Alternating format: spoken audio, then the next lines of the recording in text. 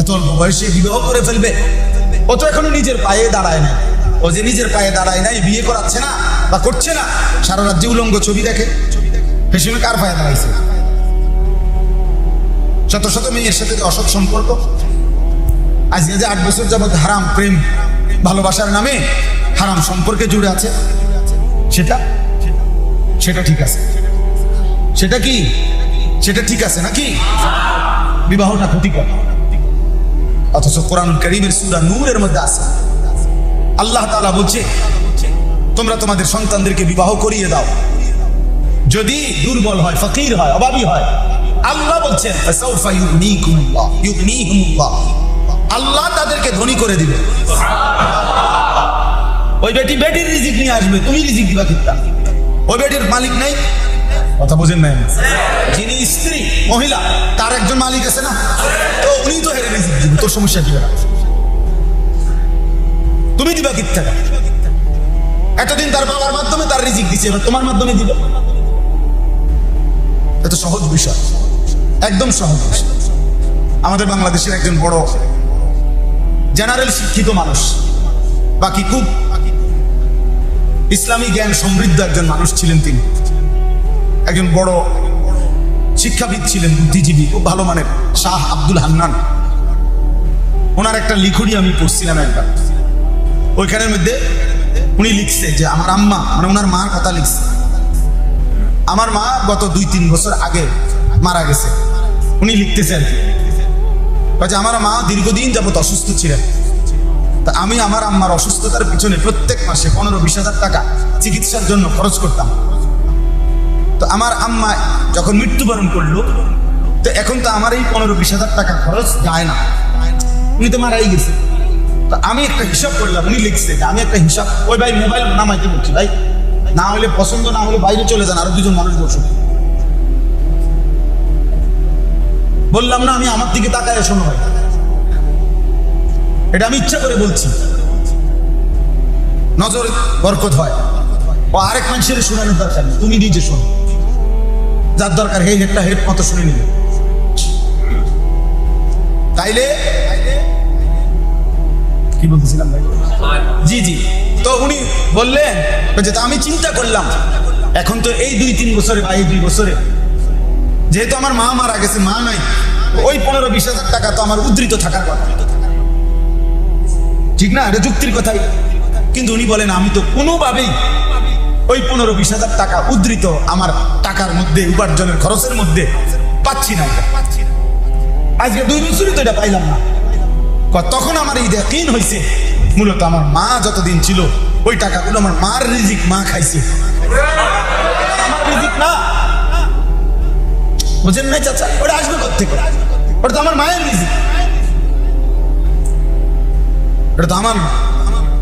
তখন আমি বুঝছি যে আমার মার রিজিক মূলত মা, আমার রিজিক নাই। আমরা বুঝতে চাই না, মা বাপেরে খাওয়াইলে কষ্ট হয়ে যাবে, শুধু বউ আর বাচ্চা আলাদা, এত বড় ফ্যামিলি, ছোট ভাই বেড়াদর এগুলো সব লইয়া খাওয়াইলে, আত্মীয় স্বজনের খোঁজ খবর রাখলে অভাবে পড়ে যাবে না রে দোস্ত। ওরা ওর রিজিক খায়, তোমার হাত দিয়ে দেয়, তোমার হাত দিয়ে দেয়, বলে আমার হাত দিয়ে দেয় কা? তোমার নেকি দেওয়ার জন্য, বুঝেন নাই? তোমারে কি দেওয়ার জন্য? কাতিলুহুম ইউআযিবুহুমুল্লাহু বিআইদিকুম। এই আয়াতের তাফসীর আমরা পড়ছি।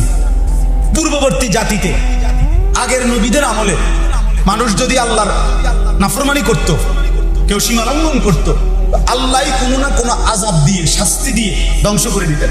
এটা আপনারা শুনছেন না? কওমে নূহ আলাইহিস সালামের কওম, লূত আলাইহিস সালামের কওম, শুআয়ব আলাইহিস সালামের কওম, হুদ আলাইহিস সালামের কওম, আল্লাহ আযাব দিয়ে দিয়ে কি করে দিছে? শেষ করে দিছে। কিন্তু আমাদের নবী সাল্লাল্লাহু আলাইহি সাল্লামকে আল্লাহ তাআলা বলছেন আপনার উম্মতের জন্য হুকুম হইল প্রত্যেক নাফরমানের বিরুদ্ধে আপনার উম্মত যুদ্ধ করতে হবে, জিহাদ করতে হবে, কিতাল করতে হবে। আপনার উম্মতের হাতে আমি আল্লাহ ওদেরকে শাস্তি দেব, বিনিময়ে আপনার উম্মতকে জিহাদের অপূরণীয়, অকল্পনীয় নেকি দিয়ে জান্নাত দিয়ে দেব। কাতিলুহুম ইউআযিবুহুমুল্লাহু বিআইদিকুম। তোমরা যুদ্ধ করো, আল্লাহ বলছে তোমাদের হাতে আমি আল্লাহ দুশ্মনকে কি করবো, শাস্তি দেব। এটা আমাদের জন্য আল্লাহ তাআলার দয়া, এটা কঠিন কাজ না। তোমরা জিহাদ করবা, আল্লাহর জন্য জান দিবা, লড়াই করবা, জিতলেও জান্নাত, মরলেও জান্নাত। তোমাদের জান্নাত, তোমাদেরকে জান্নাত দেওয়ার শর্টকাট ব্যবস্থাপনা আমি আল্লাহ করে দিই। যাই হোক, কথা লম্বা হয়ে গেল। ওই কথাটা বলতেছিলাম যে ইসলাম একটা বাচ্চা, কোলের বাচ্চাটা পর্যন্ত যাতে করে পূর্ণ আখলাক তরবিয়ত, উত্তম চরিত্রে গড়ে ওঠে, এই জন্য মা বাবার দিকে, স্বামী স্ত্রীর দিকে পর্যন্ত খেয়াল রাখছে। আমাদের নবী সাল্লাল্লাহু আলাইহি ওয়াসাল্লাম বলছেন, নবীজি বলছেন পুরুষকে যে মানুষ 4 জিনিস দেখে বিয়ে করে, নবীজি বুঝাই দিছে তুনকাহুল মারআতু বিআরবাঈন। পৃথিবীর যে কোনো মানুষ এই 4টি জিনিসের যে কোনো একটি দেখেই নারীকে বিবাহ করে। 1 নাম্বার লিজামালিহা, তার সৌন্দর্য দেখে। কেউ কি দেখে বিয়ে করে? সুন্দর, সুন্দর, ভাল লাগছে, ভালো লাগছে। মায়ের বাপ কি করে? মায়ের বাপ ফুটফাতে তেরফাল দিছে ঘুমায়, তো কি রে কষ্ট, তুই বাবা আমার এত সম্পদ, আমার এত বাড়ি গাড়ি, তুই বুঝি হেন দিকে এই মেয়ে পছন্দ করছিস? ও না, ভালো লাগছে। কিছুদিন আগে অভিভাবক আমার এই দুঃখ, কোটি কোটি টাকার মালিক, ওনার ছেলে ওই রাস্তার পাশে ভব ঘুরে এক লোক তেরফাল দিছে ঘুমায় বেড়াতে, মাইয়ারে ভেতে বলে পছন্দ করছে। জাত নাই, পাত নাই, বংশ নাই, চরিত্র নাই, মেয়ে কহজুর হইতে পারে, এই মেয়ের দিকে বলে ভালো লাগছে। এই সৌন্দর্য দেখে কি হয়ে গেছে? পাগল হয়ে গেছে। তাহলে কেউ সৌন্দর্য দেখে কি করে? বিবাহ করে। 2 অলি হাসাবিহা, 2 নাম্বার হলো কেউ বংশ দেখে বিবাহ করে, বংশ। 3 অলি মালিহা, কেউ অর্থকরী সম্পদ দেখে কি করে?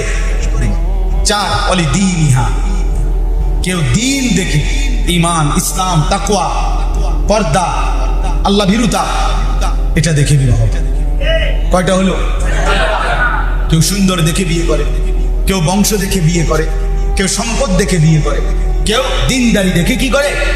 নবীজি সাল্লাল্লাহু আলাইহি সাল্লাম বলেন, আমার উম্মত, আমার উম্মতের পুরুষ ফাযফার বিযাতিদ দ্বীন, আমি নবী তোমাকে বলছি তুমি দ্বীনকে প্রাধান্য দিও, প্রাধান্য দিও, প্রাধান্য দিও। 3 বার বলছে, আর বলছে তারিবাত ইয়াদাকা, যদি আমার এই কথাটাকে তুমি গুরুত্ব না দাও উম্মত, আল্লাহ যেন তোমার বেইজ্জতি করে।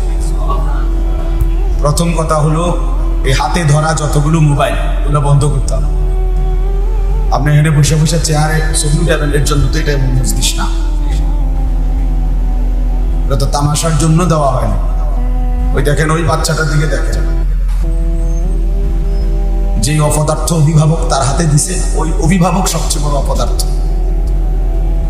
যার বিবেকে এটা কুলাইলো না যে আমি কেমনে একটা ছোট্ট বাচ্চার হাতে ভিডিও করবার জন্য মোবাইলটা দিলাম। একজন সুস্থ বিবেকবান মানুষ এটা কেমনি করতে পারে? আল্লাহ নবী সাল্লাল্লাহু আলাইহি ওয়াসাল্লাম বলেছেন, ফাআবাওয়াহু ইউহাব্বিদানিহি আও ইউনাসসিরানিহি আও ইউমাজ্জিসানিহি। প্রতিটা মানব সন্তান, কুল্লু মাউলুদিন ইউলাদু আলাল ফিতরা, প্রত্যেকটা মানব সন্তান আল্লাহকে মানার, দ্বীন মানার পূর্ণ যোগ্যতা নিয়েই ভূমিষ্ঠ। অতঃপর তার মা বাবা মানে অভিভাবক তাকে ইহুদি বানিয়ে দেয়, অথবা খ্রিস্টান বানিয়ে দেয়, অথবা অগ্নি পূজক বানায়। মানে মা বাবা অভিভাবকের গাফলতি এই সন্তান নষ্ট হচ্ছে। স্বাভাবিকভাবে 18-20 বছর বয়সে, এরপর থেকে সে নষ্ট হয়েছে। এমন এই নষ্ট হওয়ার বীজ অনেক আগ থেকে শুনেছে, প্রকাশ পাইছে একটু পরে আর কি, কিন্তু ফসা ধরছে আরো আগের থেকে, ঘুনে ধরছে আরো আগেই, কিন্তু সবাই টের পাইছে হয়তো ঘুমটা একটু পরে আর কি, পুরাটা ঘুম ধরছে। এই জন্য এই ছোট ছোট এই সমস্ত আহ্লাদ, এইটাই 16 বছর পরে, 18 বছর পরে বড় হয়ে যায়। আজকের এই ও বাচ্চা মানুষ, 4 বছর বয়স, 3 বছর বয়স না। এটা খুব খেয়াল। আমাদের ফুকাহায়ে কেরাম ওনাদের বক্তব্য হলো, স্বামী স্ত্রী তাদের এই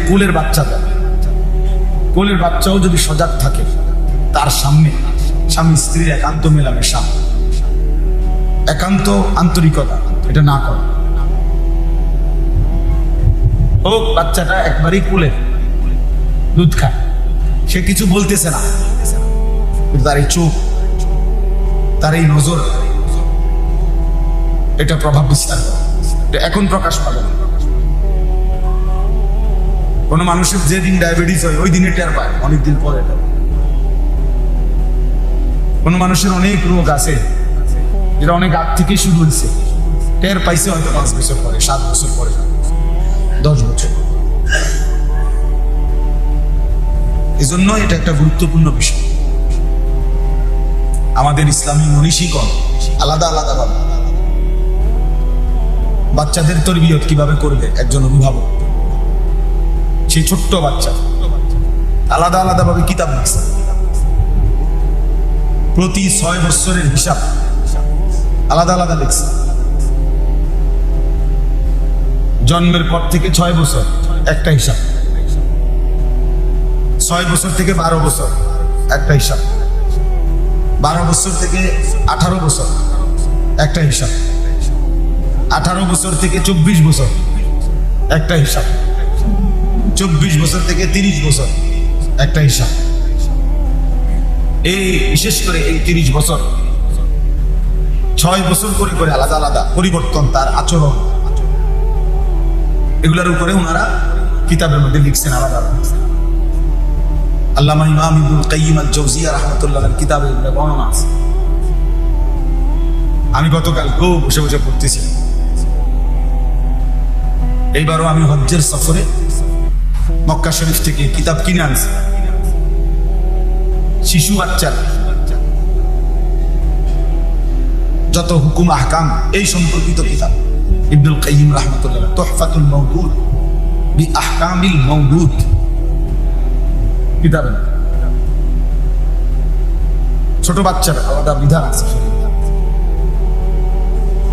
বাচ্চা ছেলের বিধান একরকম, বাচ্চা মেয়ের বিধান আরেক। বাচ্চা ছেলের পেশাবের হুকুম একরকম, বাচ্চা মেয়ের পেশাবের হুকুম আরেক। অর্থাৎ এটা একটা জরুরি বিষয়। আমরা এটা বুঝি, একজন সচেতন বাবার উচিত, ওই ভাই এই যে ওইটা বসেন, ওটা একটা ভিডিও করতে আসছেন কেন, বাইরে ভিডিও করে আকাম করতে আসছে না ভাইয়া, তোমরা আরো একটু চাপো, একটু করে জায়গা করে দাও, এখান থেকে তো জায়গা হবে, যেটুকু সম্ভব জায়গা করে দাও। দাও ভাই, আসো না, আগায় আসো, যে এই কোন আপনারা একটু চাপাই বসে দাও না। আরে ভাইয়া 1 ইঞ্চি যদি কেউ জায়গা দেয়, কোরআনুল কারীমের মধ্যে আল্লাহ বলছে আমি তোমাকে জায়গা দেব। ফাফসাহু ইয়াফসাহিল্লাহু লাকুম।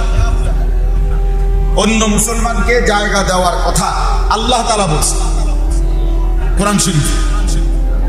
এজন্য সবাই একটু চাপাইলে ভালো হবে। ফ্যান চলতেছে, লম্বা বয়ান হবে না, তার কোনো 2-4 ঘন্টা বয়ান না, 1 ঘন্টা ইনশাআল্লাহ, তো এর মধ্যেই শেষ হয়ে যাবে। এজন্য আমরা একটু মহব্বতের সাথে আরেকজনকে জায়গা করে দিই, যে দূর সম্ভব হবে। এটা কোরআনুল কারীমের মধ্যে আল্লাহ তাআলা বলছেন, তোমাদেরকে যখন বলা হয় দ্বীনি মজলিসের মধ্যে অন্যের জন্য জায়গা করে দাও, ইজা কিলা লাকুম তাফাসসাহু ফিল মাজালিস ফাফসাহু, তোমরা জায়গা ছেড়ে দিও, প্রশস্ত করে দিও। ইয়াফসাহিল্লাহু লাকুম, আল্লাহ তাআলা তোমাদের অন্তর প্রশস্ত করে দেবেন। আল্লাহ তোমার দিল বড় করে দেবে। তুমি এক বিগত ছেড়ে দাও। এজন্য দুনিয়া যদি কেউ কারোর জন্য এই দুনিয়াবি জায়গা জমি ছেড়ে দেয়, এর দ্বারা সীমাহীন বরকত, আল্লাহ তার দিল বড় করে দেয়, আখিরাতের জান্নাতের প্রশস্ত জায়গা দিয়ে দেয়। হাদিসের মধ্যে আছে, আল্লাহ তাআলা যখন তার কোন বান্দাকে হেদায়েত দিতে চায়, তো আল্লাহ তাআলা তার দিল প্রশস্ত করে। ফামান ইউরিদিল্লাহু আন ইয়াহদিয়াহু, কোরআনের আয়াত, ইয়াশরাহ সাদরাহু লিল ইসলাম। সরাসরি কোরআন শরীফ। আল্লাহ বলেন, আল্লাহ যাকে হেদায়েত দিতে চান তো আল্লাহই ইসলামের জন্য তার অন্তর প্রশস্ত করে দেন।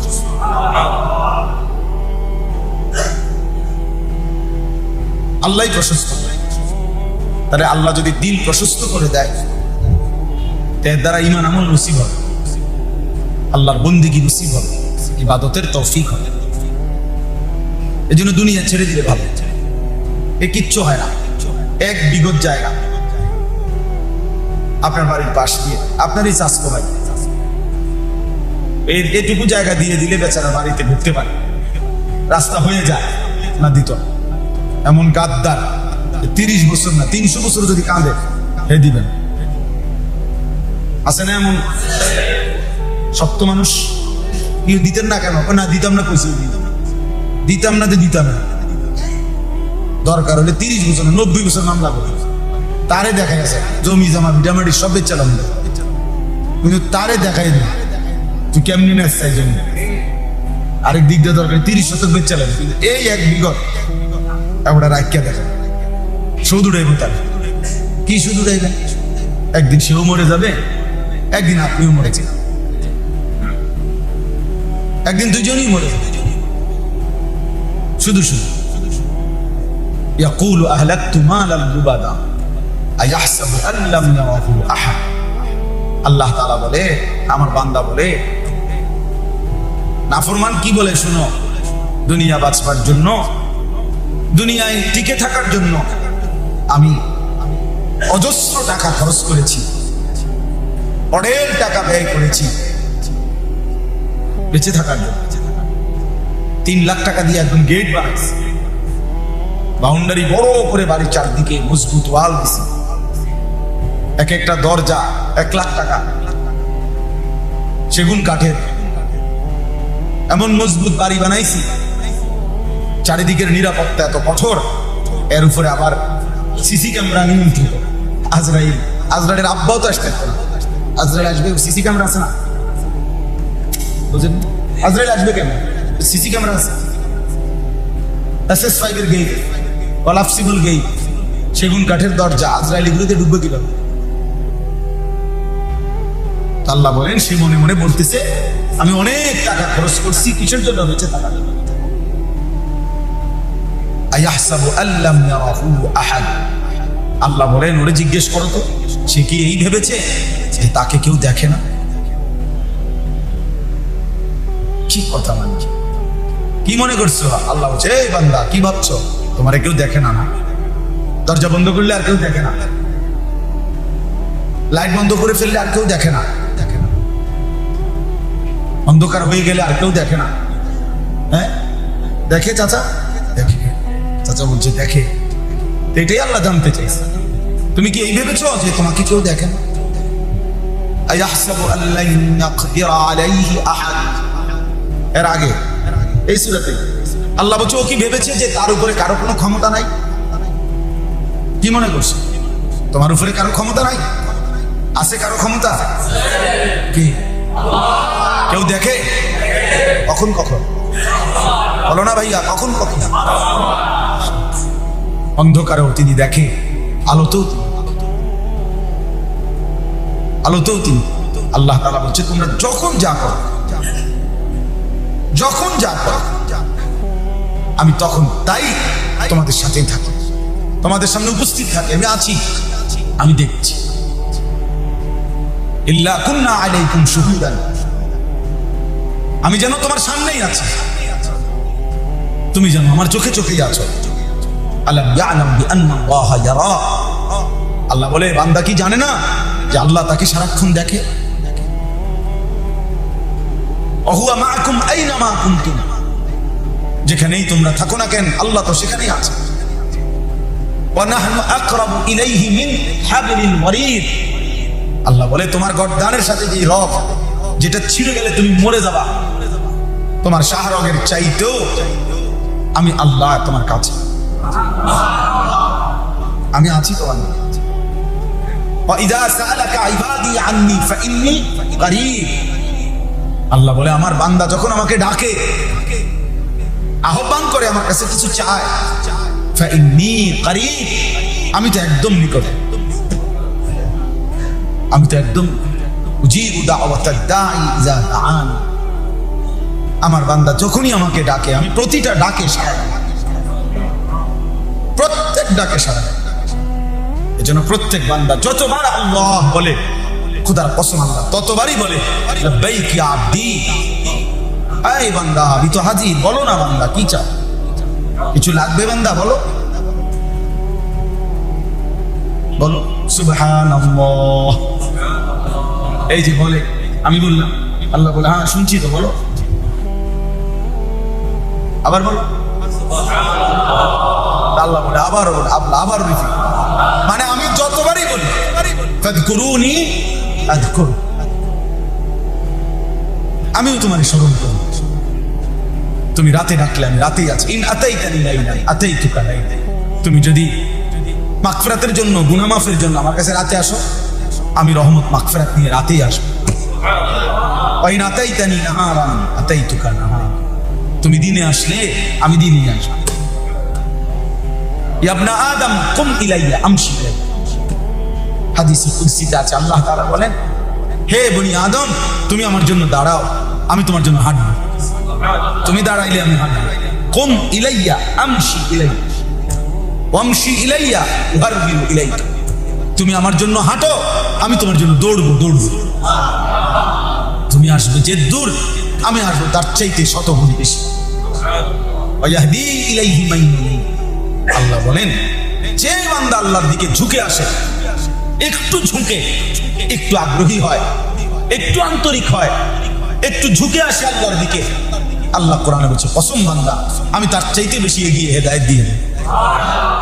বাচ্চা মার দিকে আসে, নতুন যখন হাঁটা শিখে, বাচ্চা আসে দুই তিন কদম আসতেই পড়ে যায়, মা তার চাইতে দৌড়ায় গিয়া বুকে জড়ায় আদর দেয়, চুমান। বাচ্চা তো আসে পিছি পিছি পাও দিয়া, মা দৌড়ায়।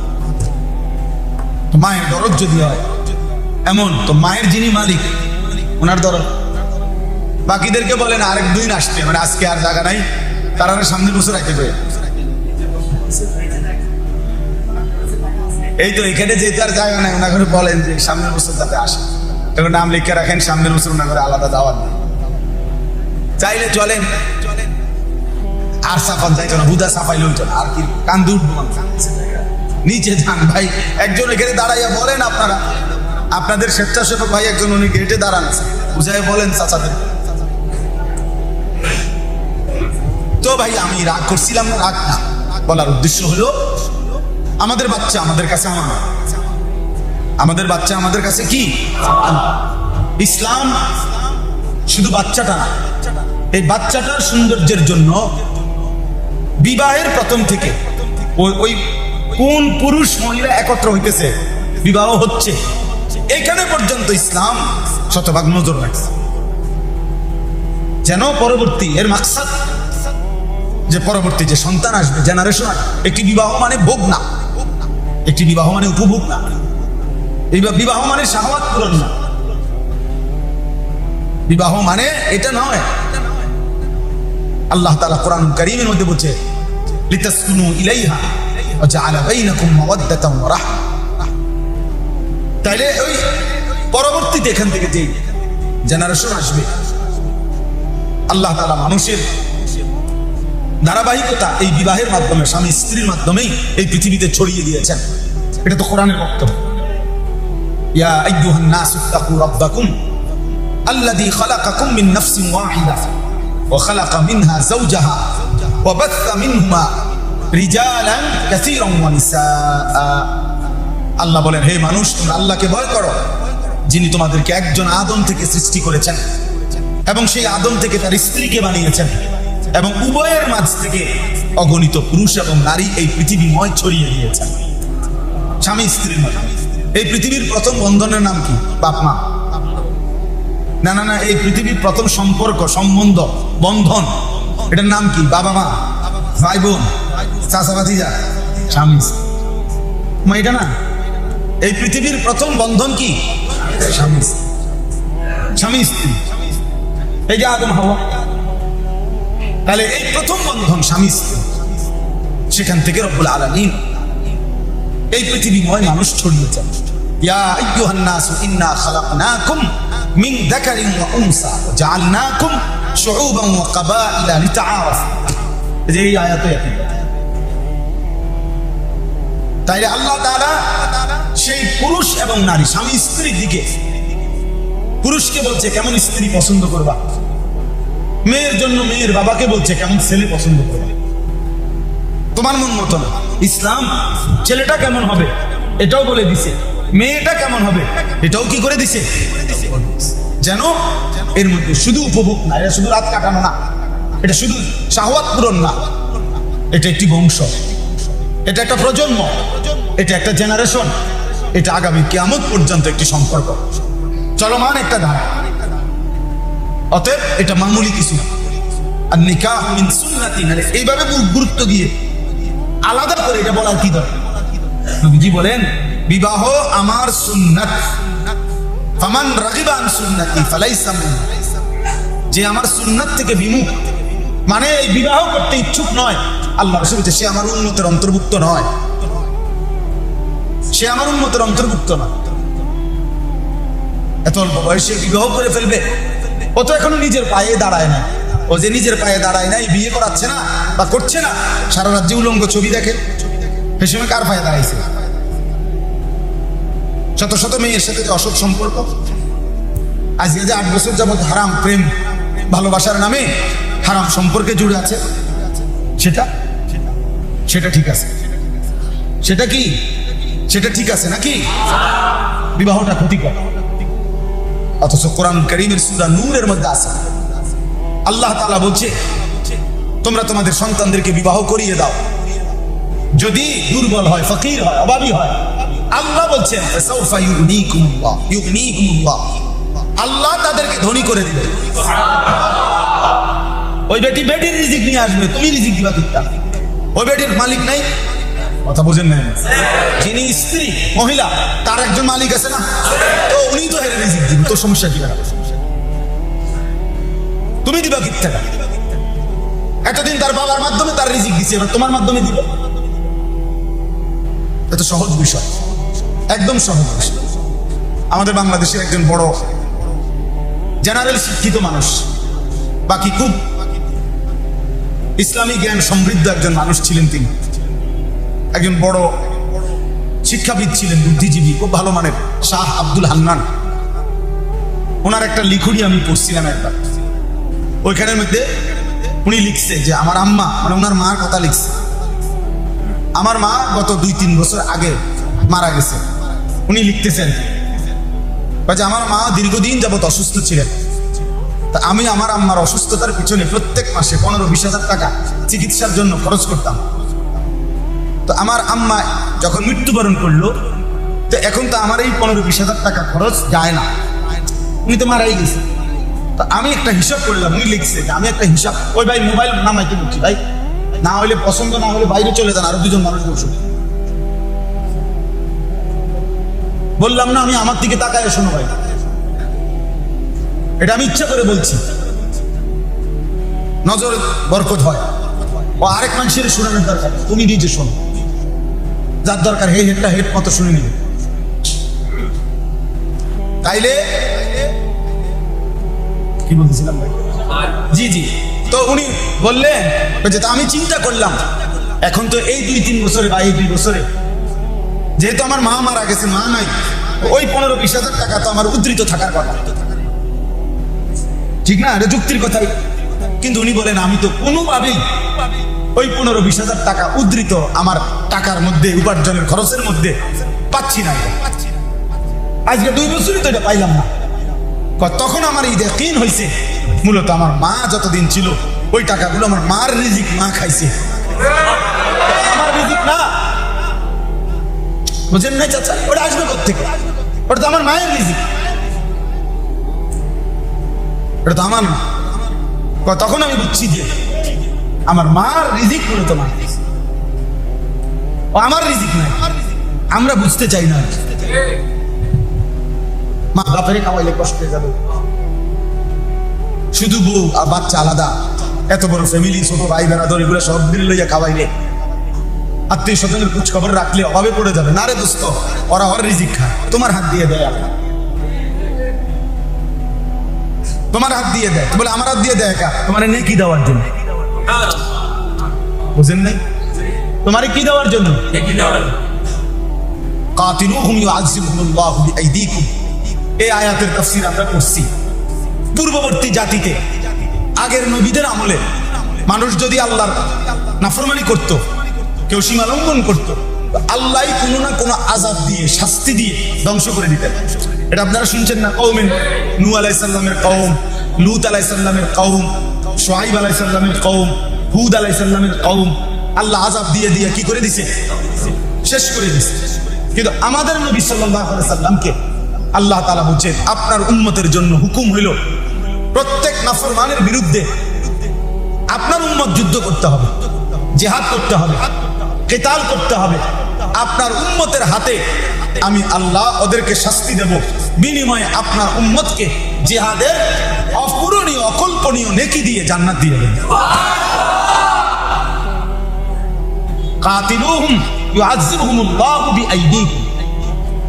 তোমরা যুদ্ধ করো, আল্লাহ বলছে তোমাদের হাতে আমি আল্লাহ দুশমনকে কি করব? শাস্তি দেব। এটা আমাদের জন্য আল্লাহ তাআলার দয়া, এটা কঠিন কাজ। তোমরা জিহাদ করবা, আল্লাহর জন্য জান দিবা, লড়াই করবা, জিতলেও জান্নাত, মরলেও জান্নাত। তোমাদের জান্নাত, তোমাদেরকে জান্নাত দেওয়ার শর্টকাট ব্যবস্থাপনা আমি আল্লাহ করে দিই। যাই হোক, কথা লম্বা হয়ে গেল।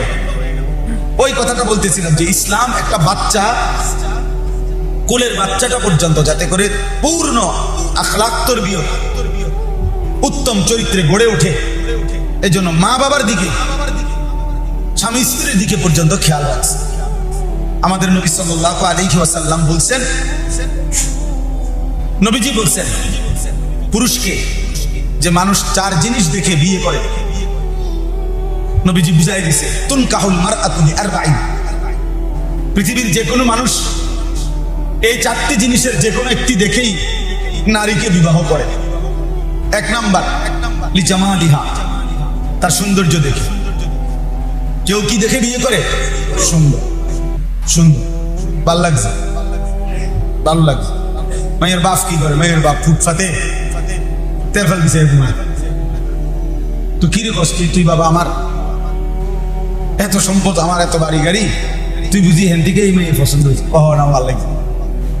কিছুদিন আগে অভিভাবক আমার এই কোটি কোটি টাকার মালিক, ওনার ছেলে ওই রাস্তার পাশে ভবঘুরে এক লোক তেরফাল দিছে, ঘুমায় বেড়ার মাইয়ারে হেতে বলে পছন্দ হয়েছে। জাত নাই, পাত নাই, বংশ নাই, চরিত্র নাই, মেয়ে বাহুজুর হইতে পারে, এই মেয়ের দেখে ওনার ভালো লাগছে। এই সৌন্দর্য দেখে কি হয়ে গেছে? পাগল হয়ে গেছে। তাহলে কেউ সৌন্দর্য দেখে কি করে? বিবাহ করে। দুই, বলি হাসাবিহা, দুই নাম্বার হলো কেউ বংশ দেখে বিবাহ করে, বংশ। তিন, বলি মালিহা, কেউ অর্থকরী সম্পদ দেখে কি করে? চার, বলি দীনিহা, কেউ দিন দেখে, ঈমান, ইসলাম, তাকওয়া, পর্দা, আল্লাহ ভীরুতা, এটা দেখে বিবাহ। কয়টা হলো? কেউ সুন্দর দেখে বিয়ে করে, কেউ বংশ দেখে বিয়ে করে, কেউ সম্পদ দেখে বিয়ে করে, কেউ দিনদারি দেখে কি করে? নবীজি সাল্লাল্লাহু আলাইহি সাল্লাম বলেন, আমার উম্মতের পুরুষ ফাজফার বিযাতিদ দ্বীন, আমি নবী তোমাকে বলছি তুমি দ্বীনকে প্রাধান্য দিও, প্রাধান্য দিও, প্রাধান্য দিও। তিনবার বলছে, আর বলছে তারিবাত ইয়াদাকা, যদি আমার এই কথাটাকে তুমি গুরুত্ব না দাও উম্মত, আল্লাহ যেন তোমার বেইজ্জতি করে। নবীজি বলছে তারিবাত ইয়াদাকা অর্থ হলো তোমার হাত ধুলি ধূসরিত হোক, তোমারে আল্লাহ যেন, এটা আরব দেশে মানুষ রাগ করলে, গুসা করলে আল্লাহ তোর বেইজ্জতি, আল্লাহ যেন তোকে অপমানিত করে যদি আমার এই কথা কি না করো। তাহলে দেখেন, একজন পুরুষকে, একজন ছেলেকে বিবাহের আগেই বলে দিছে, আগে নজর করো এই নারী দিন আছে কি। কারণ এ শুধু তোমার উপভোগের সামগ্রী নয়, এর দ্বারা তোমার জেনারেশন, এর দ্বারা তোমার প্রজন্ম, এর দ্বারা আগত সন্তান, এবার মেয়ের বাপকে কি বলছে? মেয়ের বাপকে মেয়ে বিয়ে দিবে, ঠিক না? And মেয়ের বাপকে বলছে তুমি কেমন ছেলে চাচাই করে। ছেলেরও তো একটা পছন্দ করার বিষয় আছে নাকি? ছেলে কি খারাইয়া মুতে না বইয়া মুতে, এটা তো চাওয়া দরকার। আল্লাহর নবী সাল্লাল্লাহু আলাইহি ওয়াসাল্লাম বলেন, ইজা খাতাবা আহাদুকুম, তোমাদের জন্য, তোমাদের কাছে যদি তোমাদের মেয়ের ব্যাপারে এমন ছেলের পক্ষ থেকে বিয়ের প্রস্তাব আসে, মিম্মান তারদাউনা দীনাহু ওয়া খুলুকাহু ফাযাওবিজুহু, যার ব্যাপারে তোমাদের দুইটা জিনিস জেনে নিছো তোমরা, এক, তার দ্বীনের ব্যাপারে তুমি সন্তুষ্ট, তার আখলাক চরিত্রের ব্যাপারে তুমি সন্তুষ্ট, আল্লাহর নবী বলেন তাহলে এমন ছেলের কাছে নিশ্চিন্তে তোমাদের মেয়েদের বিয়ে দিও। কালো না সাদা আর টোকাইও না, লম্বা না বাটি এটা টোকাইও না, আগে দেখো দ্বীন আছে, আগে দেখো আখলাক আছে, চরিত্র আছে। মিম্মান তারদাউনা দীনাহু ওয়া খুলুকাহু, তাহলে দেখেন ইসলাম কতটা নজর রাখছে। সেই থেকে নিয়ে একেবারে কুলের বাচ্চা থেকে নিয়ে জন্মের আগ থেকে নিয়ে একটি বাচ্চার আখলাক, জীবন গঠন ইসলাম নজর রাখছে। এই জন্য প্রসঙ্গক্রমে আমি এটা লম্বা বললাম, ওই বাচ্চার ভিডিও করা যায়, এর দূরে একটা ছোট্ট বাচ্চার হাতে উনি দিয়ে দিছে, যিনি দিছে আমি ওনারাও দেখছি।